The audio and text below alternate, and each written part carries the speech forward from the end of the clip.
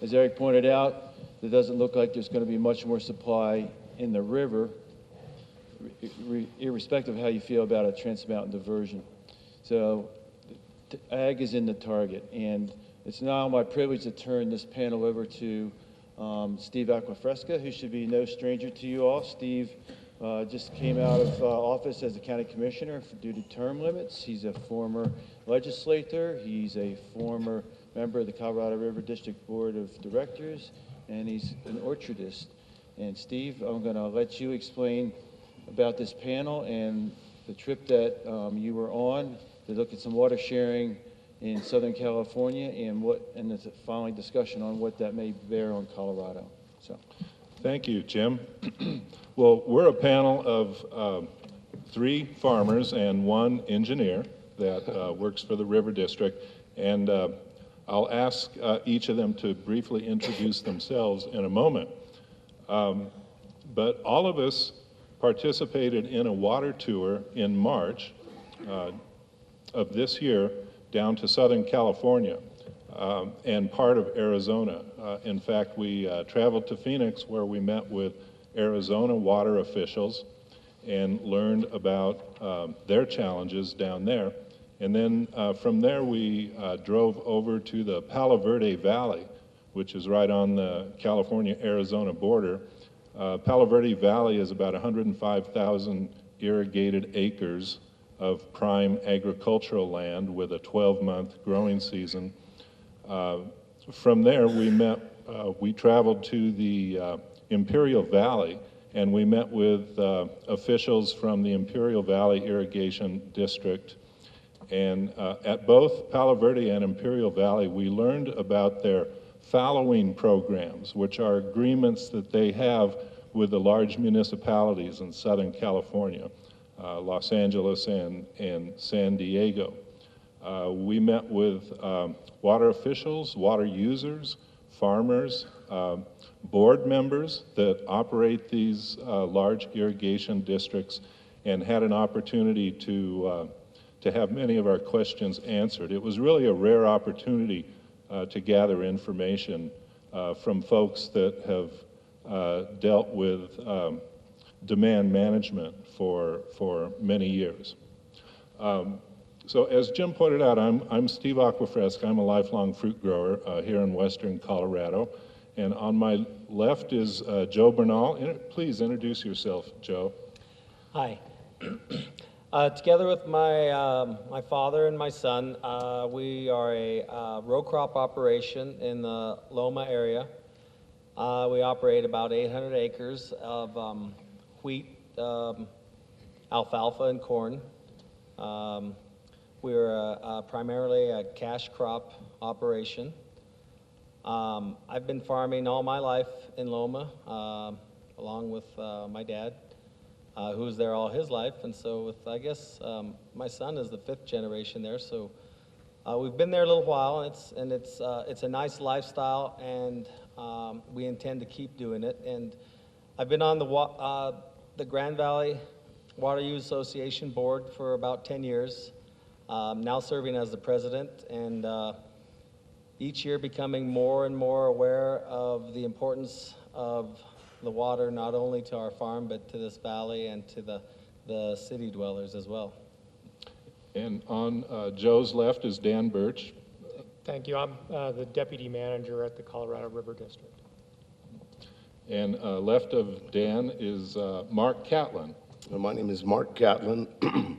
I'm from Montrose, Colorado. I'm from a farm family up there that we don't have the long-term history, but we've been there for 65 years, I guess. My folks have been there, and it's a typical ag operation, typical row crops, those type of things. I've spent most of my life in management of the Uncompahgre Valley water users.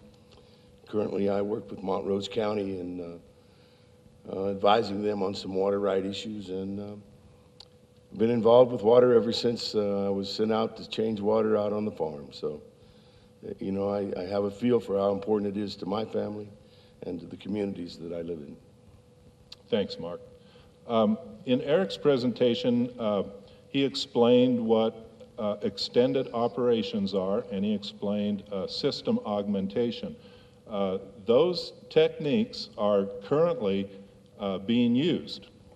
What is new for us to contemplate here in Colorado, in the Colorado River Basin, the Upper Basin, is demand management. And demand management can be conservation at the municipal level, at the agricultural level, and it can also be fallowing or temporary drying up of agricultural lands to augment the river system. And that's what we learned about in those large farming areas in Southern California, because they've been doing it for over 10 years. They did not begin this process willingly, but they weighed what the threats were to their water uses and their way of life, and they came to terms with the city of Los Angeles and the city of San Diego. So we learned a great deal of detail about how those agreements work, bearing in mind that the time may come in the very near future where we need to contemplate such agreements here in the Colorado River Basin, primarily for the purposes of keeping Lake Powell above the power pool level.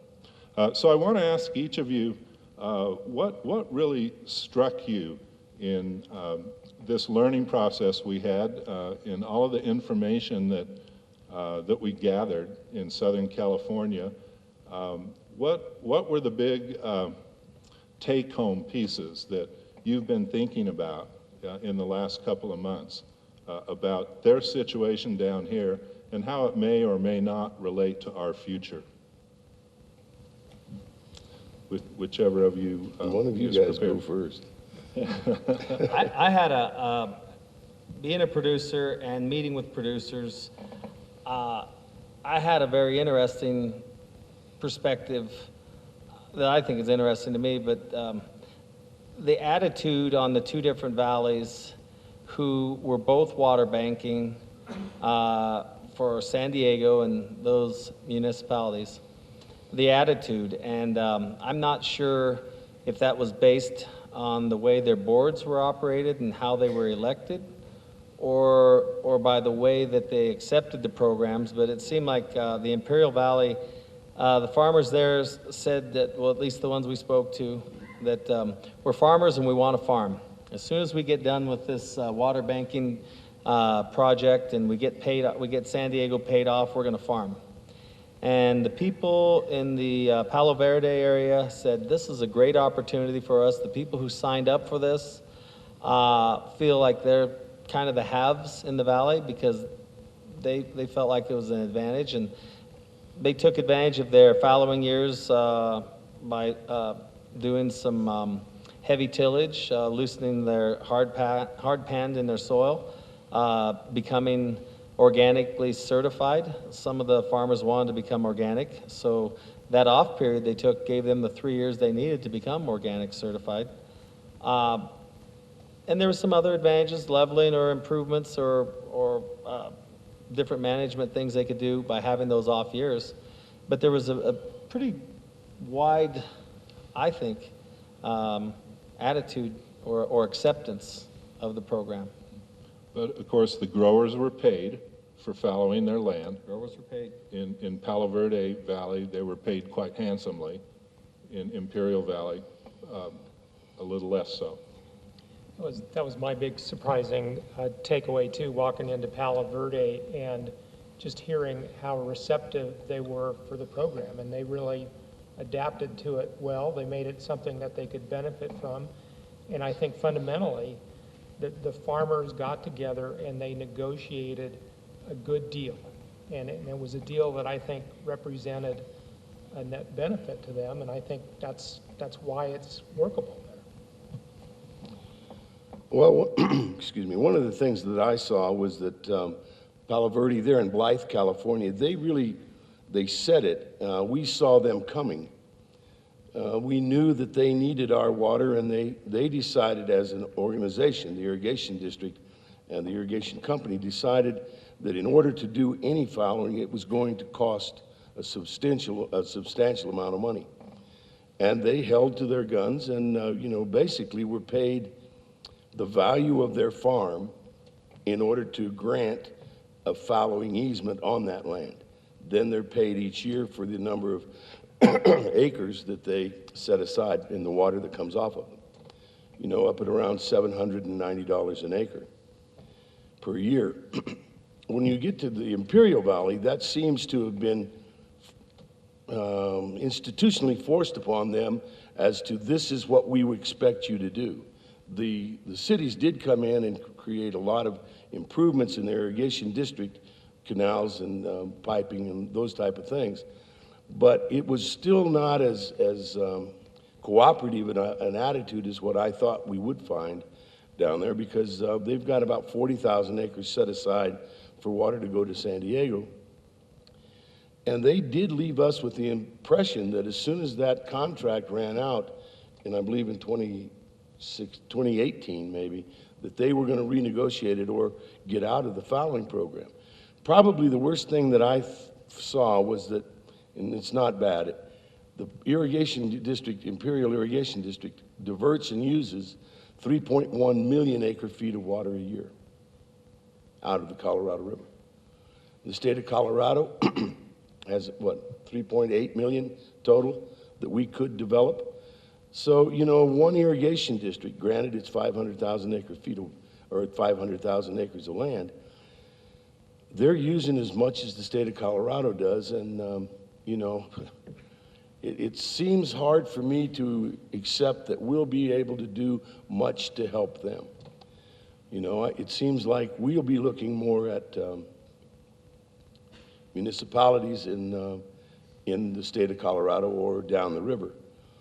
But we are going to have to sit down and think about how much does this impact Main Street in Montrose, Olathe Delta, up the Colorado River. If you're not farming that land, what happens to the downtown economy? Because, it costs a certain amount of money to raise a crop. If that money is not being spent to raise that crop, do the suppliers have a problem? What happens? Down there, they didn't seem to have that, but that's still one of the things that concerns me here in Colorado. And I was happy to see in these fallowing agreements that they put a lot of sideboards on these agreements. For example, no one farmer in Palo Verde Valley was permitted to put more than 25% of their land under this fallow program on any given year.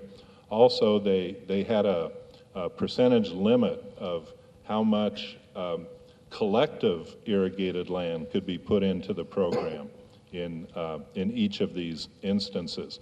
So the goal was, of course, to maintain the agricultural economy, to maintain the agricultural community. Dan has been participating in a what's known as a water banking study group here in Colorado. I tend to not like the term water banking because there's nothing bank-like about it. What it is, they're studying a possible pay-to-fallow program. But could you share a little bit about what has transpired in that working group, Dan? Sure.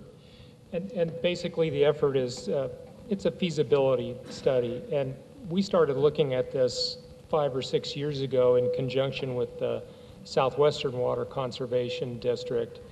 And the idea was basically to take a look at programs where you could pay farmers for interruptible supply agreements. So you could interrupt their supply and they would fallow on a temporary basis. And by the way, all of this is on a voluntary and a compensated basis.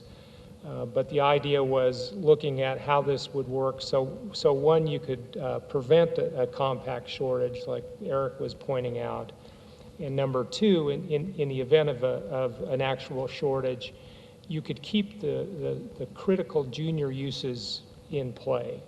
And our group has grown to include Front Range membership and the Nature Conservancy. and we don't always see eye to eye with what our neighbors on the Front Range, the way they look at it. You know, we don't see, frankly, interrupting agriculture on the West Slope so that we're maintaining golf courses or people's back lawns in the Front Range. But I think we would agree that, for example, in western Colorado, in the Yampa Valley, we've got 2 power plants that operate from junior water rights. They're major regional facilities. The Craig Station is the largest coal-fired plant in Colorado. And I think we can certainly agree that, you know, we're going to want to keep the lights on in the event of a shortage. So that's the basis for this. When we started this study, we thought, you know, and, to quote Steve Harris, one of our colleagues from Southwest, from Durango, that this was on water time, that there was nothing imminent that was going to be happening with this. And over the course of the last 5 years, this has really changed. And the change is that now you're seeing efforts that have been mentioned tonight to actually reduce uses to augment Lake Powell levels. And agree very much with the perspective that's very important. There's a lot of adverse consequences if Lake Powell went down below minimum water.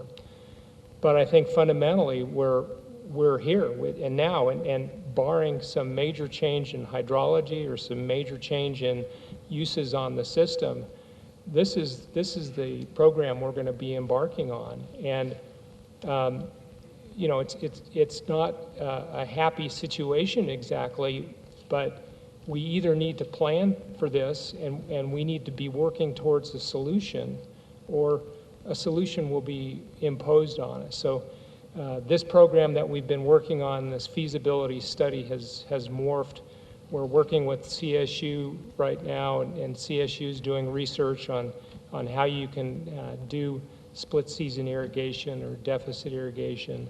And this work will be ongoing, and you know, we still have a lot of answers to arrive at, but we're grateful.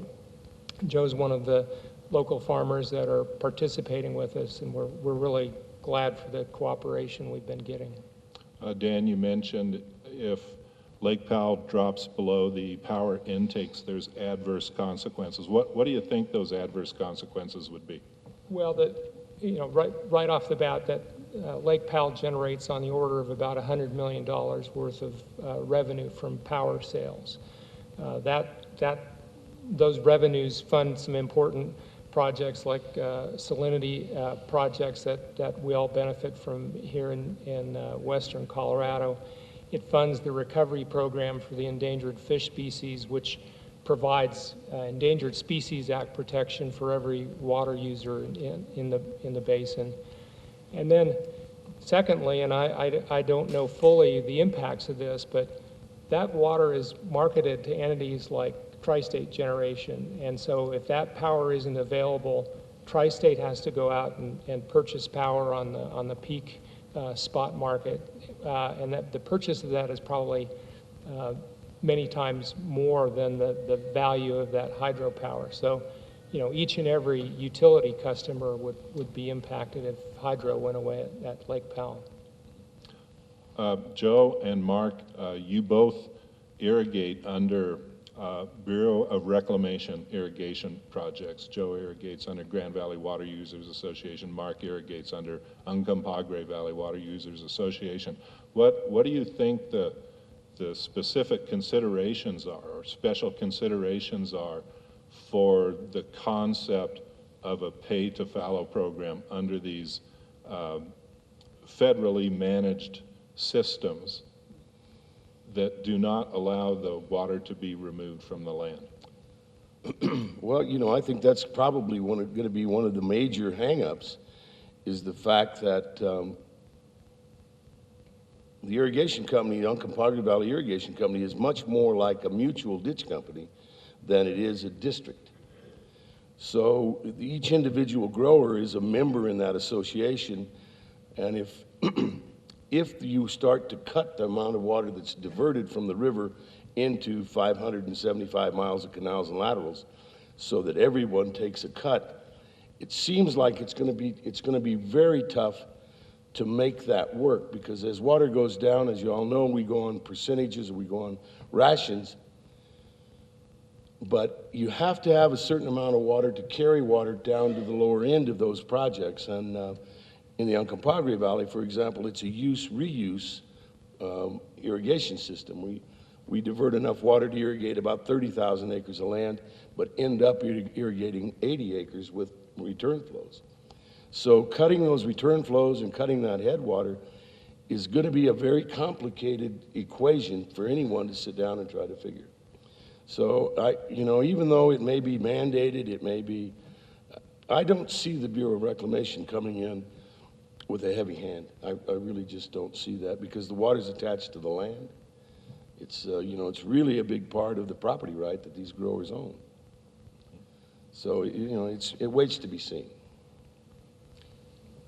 Under our system, the Highline, we call it, the Grand Valley Water Users Association, like Uncompahgre, our water rights are adjudicated to the land, and they're tied to the land. And my understanding in the preliminary discussions with our attorney and amongst the board is that I don't think there is a defined mechanism for water banking yet. We really don't know how to go about it yet. I think if the municipalities needed the water, that the Bureau of Reclamation would probably work with us.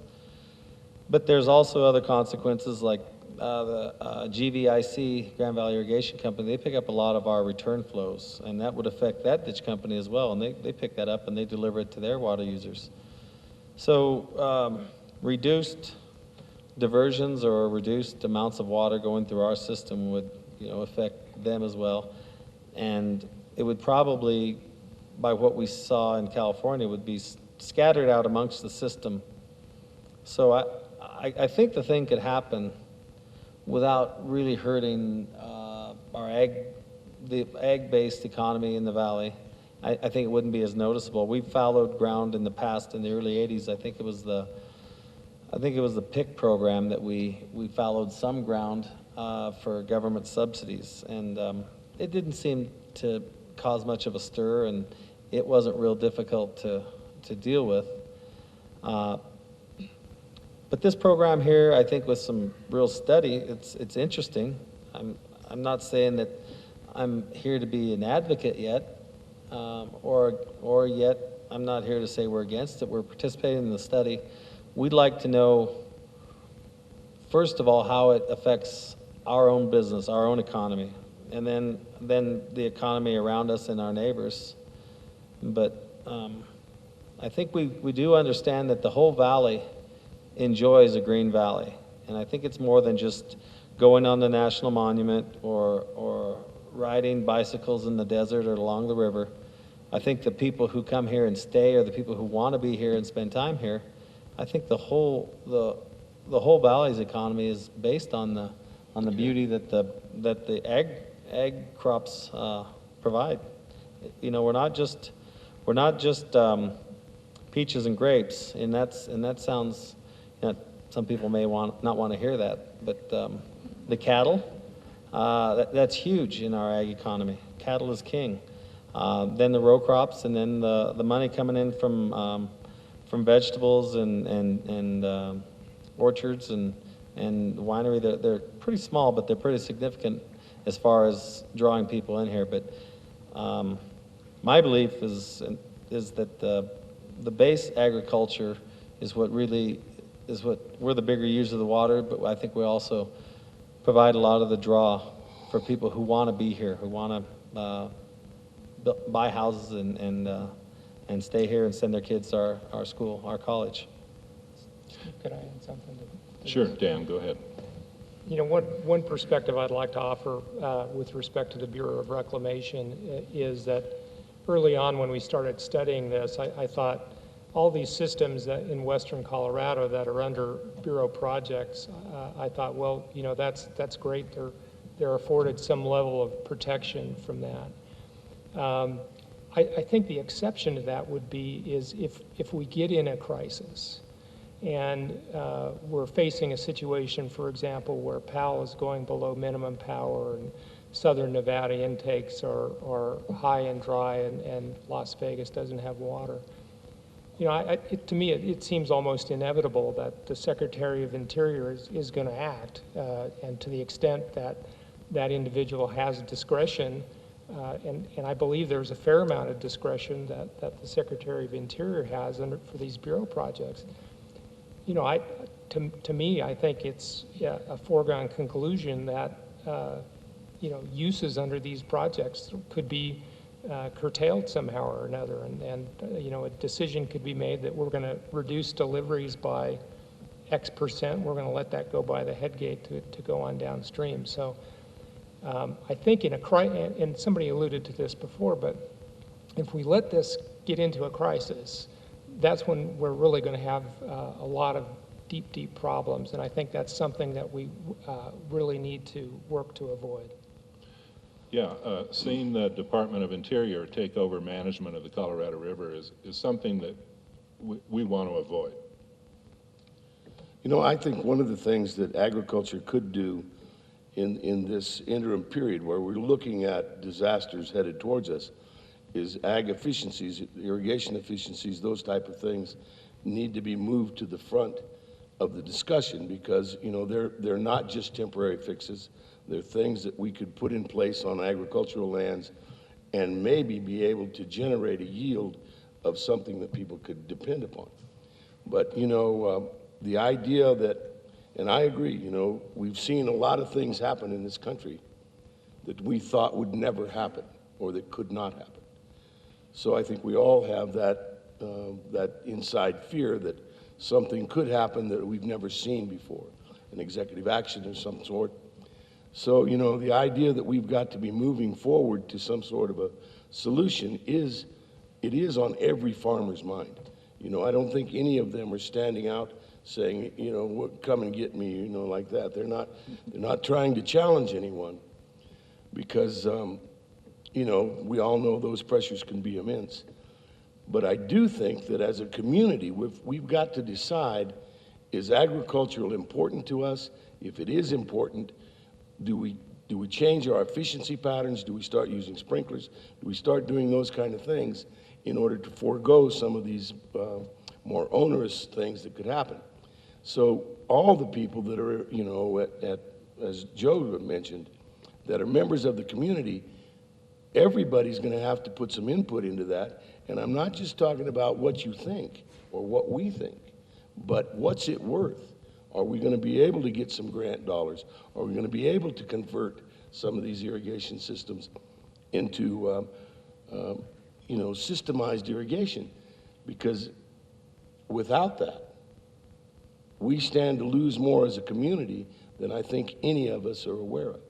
Yeah, and I think it was you that mentioned earlier on, Mark, that at Imperial Valley Irrigation, we were told that they want to get out of fallowing in a couple of years and go to the municipalities paying for irrigation efficiencies. Right. And there's an important difference there. That this was another one of the striking things. IID, which is off the river, efficiency improvements help, and so they can do a lot through efficiency improvements. PVID, Palo Verde, is more like western Colorado. They're on the river, and their return flows go back to the system. So efficiency improvements really don't do anything. They've got to reduce use to have any, in their case, to offer wet water to a municipality. So unfortunately, we're more like the PVID, and we've got to be talking about actually reducing uses, and efficiency improvements may be worthwhile and good to do for other reasons, but I don't think efficiency improvements are going to help us in this situation. I want to make sure I get this one question in before we open it up to questions from the audience, but the risk that faces us at Lake Powell is really a risk that should be bared by the entire Colorado River Basin, not just the Grand Valley, not just the Uncompahgre Valley, but sometimes we're made to feel like we have a target on our back in the Grand Valley and the Uncompahgre Valley because these are large irrigation systems managed by one office, very organized systems where water savings are fairly easy to measure. We're also close to the Utah border where there's not a lot of access to any saved water that would potentially be sent downstream. But in my view, the entire Colorado River Basin and all of the water users in the basin, including the Front Range water users that transport Colorado River water over to the Front Range, have an obligation to deal with this Lake Powell deficit situation. Is that doable? And is there acceptance of that fact by our friends throughout the basin and over on the Front Range? I think that's a really important point to make, and I'm glad you raised it. You know, Western agriculture, in my view, needs to be part of the solution, but it shouldn't be the solution. And as you say, you know, if there's a burden here, this really should be shared. It shouldn't just be West Slope Ag. It should be West Slope, East Slope. It should be municipal users that are sharing in this. And this is a point that we've made on numerous occasions. I think we're making some headway with it. But, you know, essentially what we've been saying to people is, look, the response we get from Front Range interests is, well, what does it matter? We'll just pay. And as long as it's voluntary, we pay it. And what we say is, look, it's not so much the person that you're paying. They're fine. It's everybody else. And politically, I think it's a problem. This is not a burden that's shared. How it would be shared, to what extent, is all open for discussion. But fundamentally, conceptually, it's not shared. Politically, I think this is a really problematic proposition, and I really see the West Slope struggling with supporting it. So we're making that point. I think we're making some headway, but we're a long way hammering out specifics on it as well. Joe, Mark, do you have any feelings on that challenge? Well, yeah, I do. I think that, you know, what we're doing is we're asking senior right holders to protect junior right holders before the junior right holders have stepped up and said, this is how much we can do. You know, we don't have any idea as to how much we need to save, but yet we're being asked to be the ones to do the saving, just like what Dan's talking about. And, you know, the prior appropriation doctrine works different than that. Senior rights are the ones that remain whole, but the senior rights are the ones that are being asked to make the deposit into some sort of an account that will protect others. Those junior right holders, regardless if they're ag, municipal, whatever they are, need to be able to show we are willing and we are capable of saving this amount. Then the seniors can step forward and say, we can make up that shortage, the difference. But right now, we don't have that. We don't have that political will to do that. We're not having that dialogue yet. Well, they're not. Anything to add to that, Joe? No. Well, I want to open it up to questions from the audience. I do want to point out that the data here in Mesa County shows that our agricultural industries, collectively, crops and livestock, and we have a great deal of diversity here, contribute almost $100 million a year to the economy here in Mesa County. Montrose County is a bigger figure than that. Delta County, it's a huge figure also. If we take probably a 6-county area here in west central Colorado, the net worth of agriculture probably contributes about $500 million a year, and that's year after year. It's renewable, and with good husbandry, it's sustainable. I wanted to ask the audience here in Mesa County, what is the most valuable crop produced based on net worth of the crop, based on cash sales of the crop each year? And I know you guys know the answer, so don't say. Does anybody know what's the most valuable crop? Beef cattle, that's right, that's right. We should have had a prize for you. But with that, and by all means, continue to jump in, panel members. Are there any questions or worries or concerns? Question in the middle. Yes, sir. I note that California has used its 10-year allotment in 7 years. And I also note when I'm out there that they still flood irrigate their nut tree crops. And when I fly into Phoenix, it looks like Fort Lauderdale with the big, huge lake and Loma Peninsula and all the boats. We lost an opportunity to build a dam down at Dominguez. We no longer have Wayne Aspinall. We have space available for water storage and water that we're sending across that border that we could be storing. Where, when, and how will we ever build some more water storage? Yeah, well, the difficulty with new water storage construction these days is the federal government is out of the business of financing these projects. Through the 1930s, 40s, 50s, all the way up to the 70s, the federal government was bankrolling these big projects. So the question is, where will, I mean, all the good, easy storage sites, I think, have been taken, but nevertheless, there's probably some opportunities, particularly with higher elevations, smaller sized storage units. But the difficulty becomes, where do the dollars come from?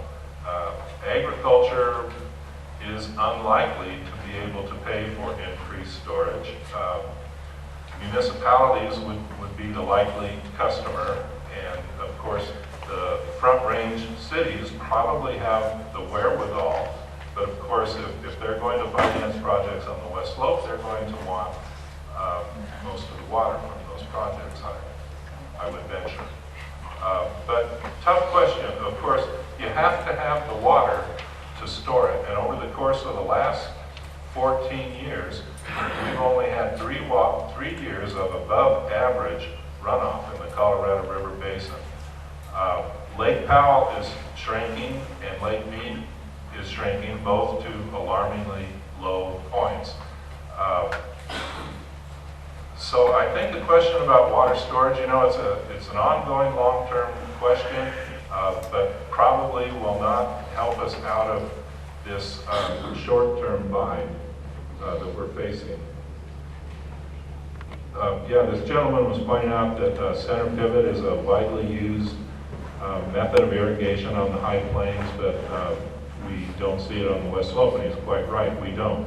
And Mark and Joe, I think in your farming experience, you might have some observations on that. The first thing is that we have a gravity flow system, and our ag-based economy here has evolved itself to take benefit of that cheap delivery system and cheap use system. To convert over to center pivots is costly, and it requires pumping of our water. In the Ogallala Aquifer, they have to get out of the ground somehow, so they pump it, might as well put it through a sprinkler. Ours flows to us. It hasn't been shown in this valley that soil types and farming methods are conducive to center pivots here. That they've been tried, and in some places they're working, but not very widely. One of our board members is starting to use a few center pivots and kind of showing the way on that and see how it works. But the thing I've learned at some of our meetings we've gone to is increased efficiency of irrigation water increases our consumptive use. So that actually compounds the problem for the lower basin states. What isn't used by our plants here in this valley either flows back to the river on the surface, or it flows back, goes into the ground and finds its way back to the river. So increased efficiency for us doesn't really help solve the problem of lower basin states. If we went to drip systems, which are very efficient, and they're being shown to increase production. So with the increased production is the increase of consumptive use. So it's a bit of a paradox. in the Uncompahgre Valley, the fall of the land is substantial. In other words, water runs off of it real fast. We're a gravity-fed system also. When we talk about irrigation efficiencies here in the western slope of Colorado, one of the things that needs to be thought about is the piping and lining of the canals and laterals that service these agricultural units. When we, sprinkler systems and those type of things may be a part of the future, but one of the problems is there's no money for conserving water. You can't get a grant, you can't get a program just for conserving water. If you can prove that you're stopping salt or selenium, a natural occurring pollutant, there are some dollars available for those efficiencies. So part of the reason is there's not much of a system that will help us get into that. And the irrigation systems were designed in a way that free-flowing water put on the land and then the tailwater put back into the system, we're about 50% efficient. Because the water we put on the ground, half of it goes back into the river that we took it out of. Mark, would a pay-to-fallow program provide the resources for investing in efficiencies? Well, it would be hard to say, because it depends on what a guy raises. It depends on, what type of soils he's got. We've got these Mancos shale soils in this area that are extremely heavy in clay. It takes some special design to put those sprinkler systems in, where they don't just walk themselves into a hole. But technology will catch up with agriculture, I'm sure.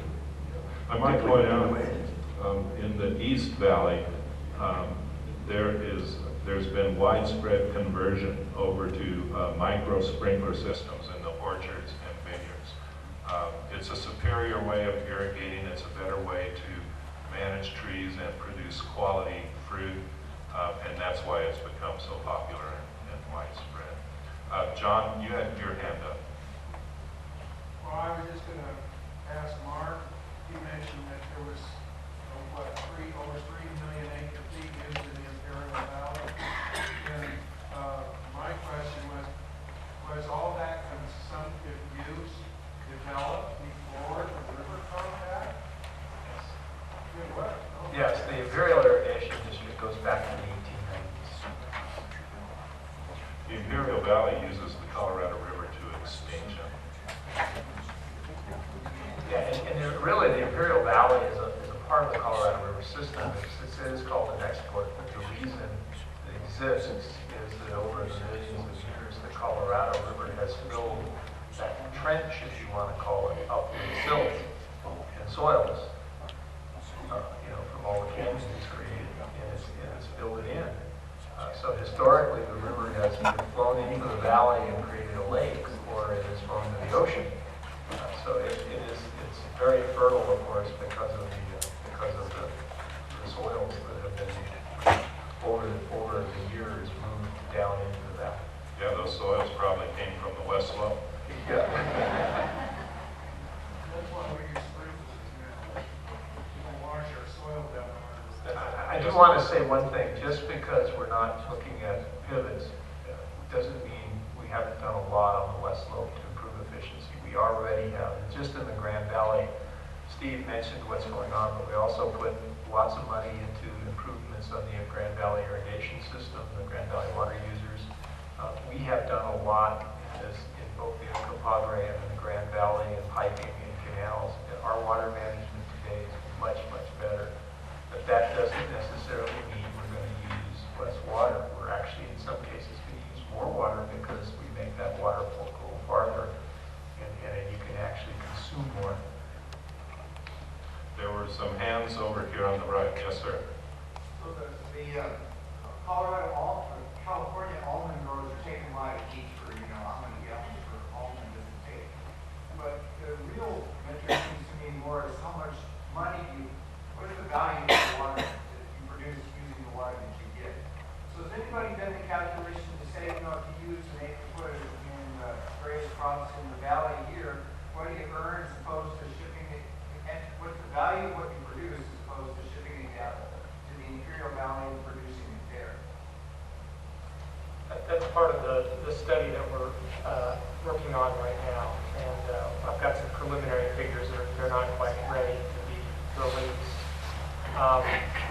We've heard the comment from the Front Range that, well, the value dollars per acre foot is a lot more on the Front Range, so, you know, that's where the water should go if there's, if this is going to be a market-based approach. You know, what I say to people is, you know, Bill Trampy down in the Gunnison, he'd be happy to grow corn if he could, back in the days when there were corn prices. You know, but this is what we have. This is the agriculture that we have, and the dollars per acre foot is the dollars per acre foot.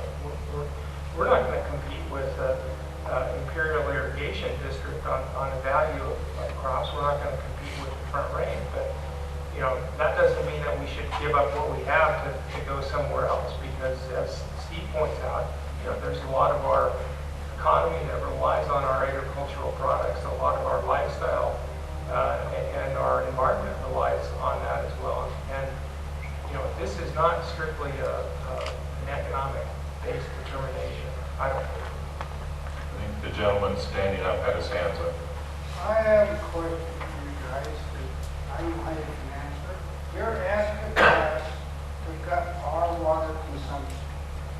On the next page, you turn back, Denver is coming after more water from the headwaters of Colorado for their system. And how can we give Denver more water? They're already taking more than their share of the river that goes to the eastern slope.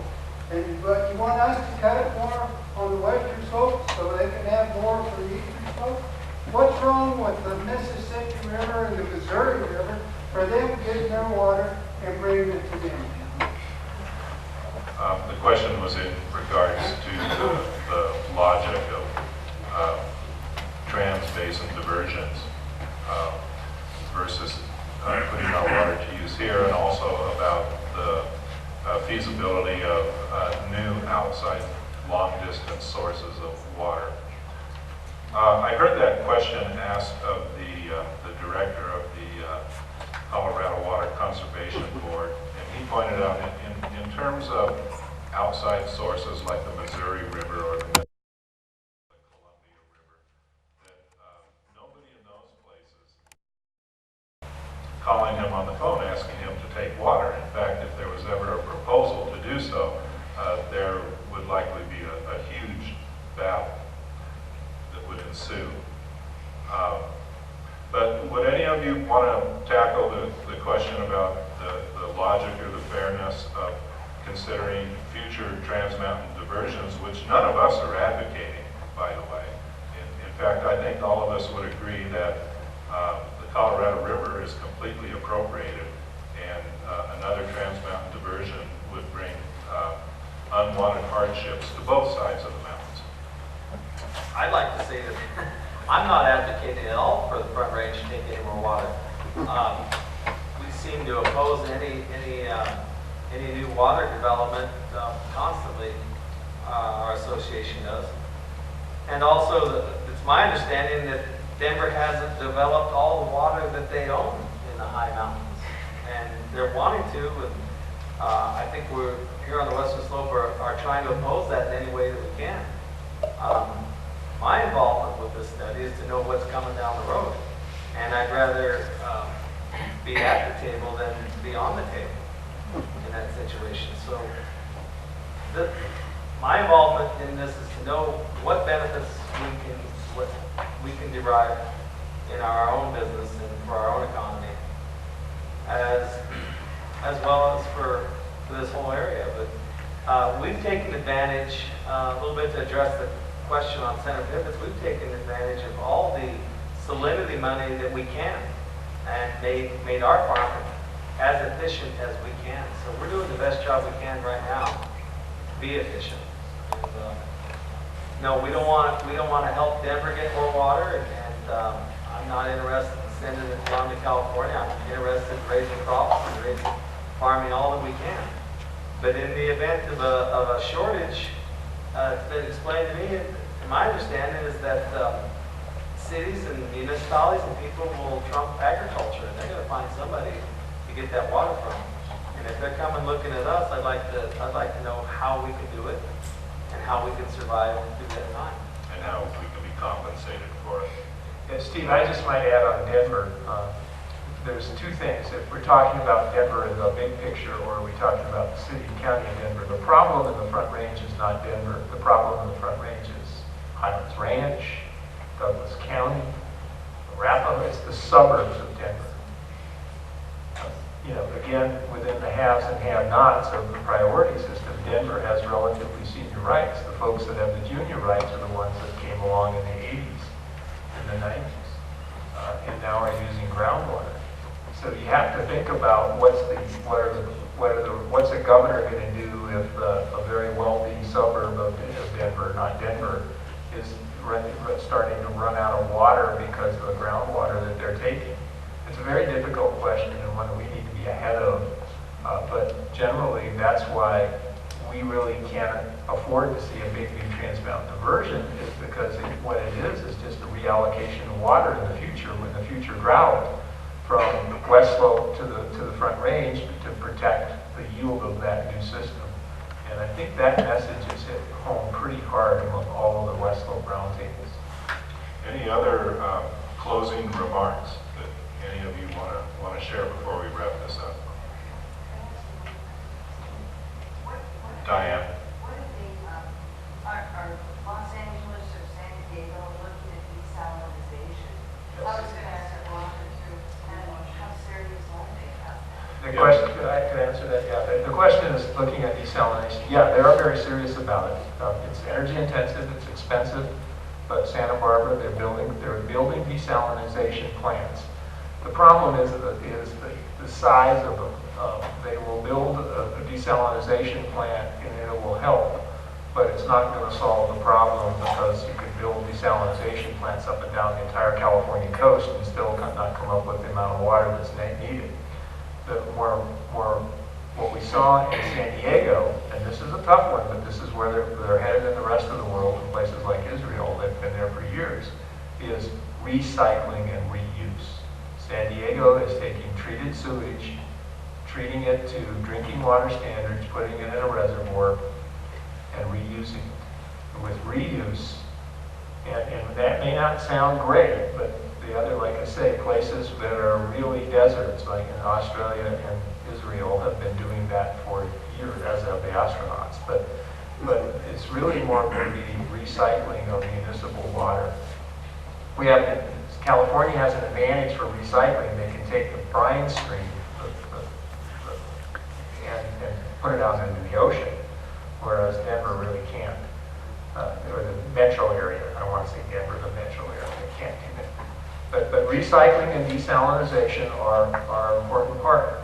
People don't realize this, but the largest desalinization city in the country is Tampa Bay, Florida, where they get 70 inches or 50 inches of rain a year, and they have half their water supply from desalinization, because their water is groundwater is being polluted by, not polluted, but is being impacted by seawater.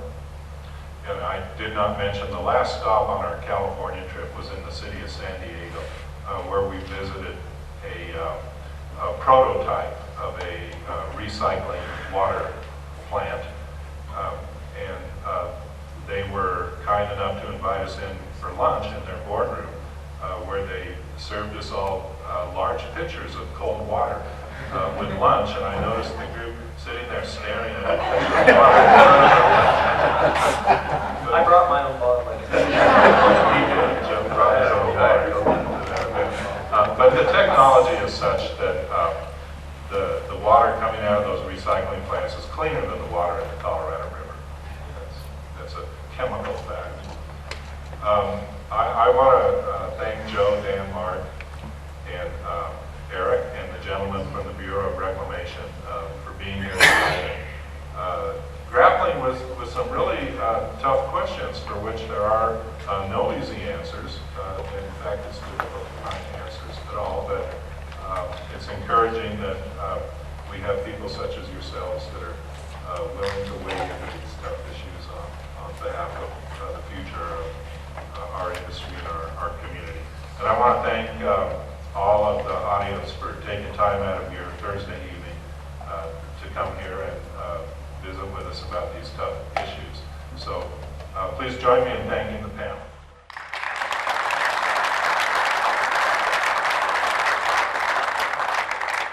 I think we'll be around for a few more minutes if any of you have any final questions. Thanks. Yes, the panel will be around, but this will be the official end. This is the best attendance we've ever had in Grand Junction, and thank you for coming out, and we'll do it again next year.